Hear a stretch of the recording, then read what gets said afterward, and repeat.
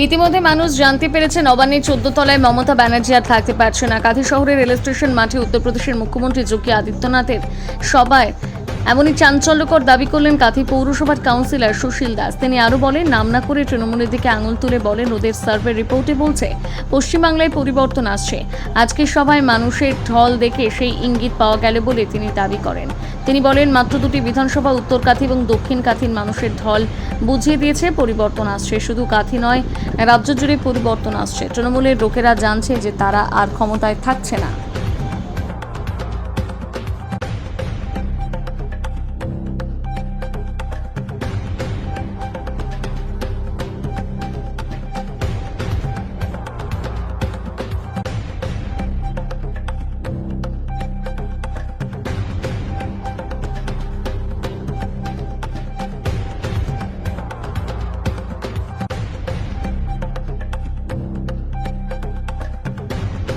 আদিত্যনাথকে পেয়ে বিজেপি কর্মীদের মধ্যে একটা রীতিমতো উৎসবের দেখা যাচ্ছে।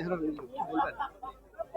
ইতিমধ্যে মানুষ জেনেছে চৌঠা মের পরে 14 তলায় আর মমতা ব্যানার্জি থাকার কোনো অধিকার নেই। ওদের সার্ভে রিপোর্টে বলছে যে পশ্চিম বাংলায় পরিবর্তন হচ্ছে। সেই পরিবর্তনের লক্ষ্যে আজকে দেখেছেন মানুষের ঢল নেমেছে দুটি বিধানসভায়। মানুষের ঢল প্রমাণ করছে শুধু এই দুটি বিধানসভা নয়, রাজ্যব্যাপী। ইতিমধ্যে তৃণমূল লোকেরা যারা নেতৃত্বরা আমাদের কাছ থেকে যে জানছে যে আমরা আর ক্ষমতায় থাকছি না, তাই আমরা বলছি এই জেলায় 16-0 হবে। পশ্চিমবঙ্গে ডবল ইঞ্জিন সরকার হবে, এটা নির্দেশ আজকে যোগীজিও বলে গেলেন।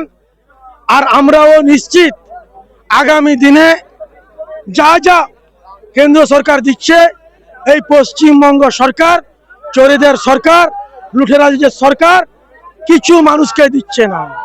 জনগণ জেনে গেছে, তাই পরিবর্তন নিশ্চিত।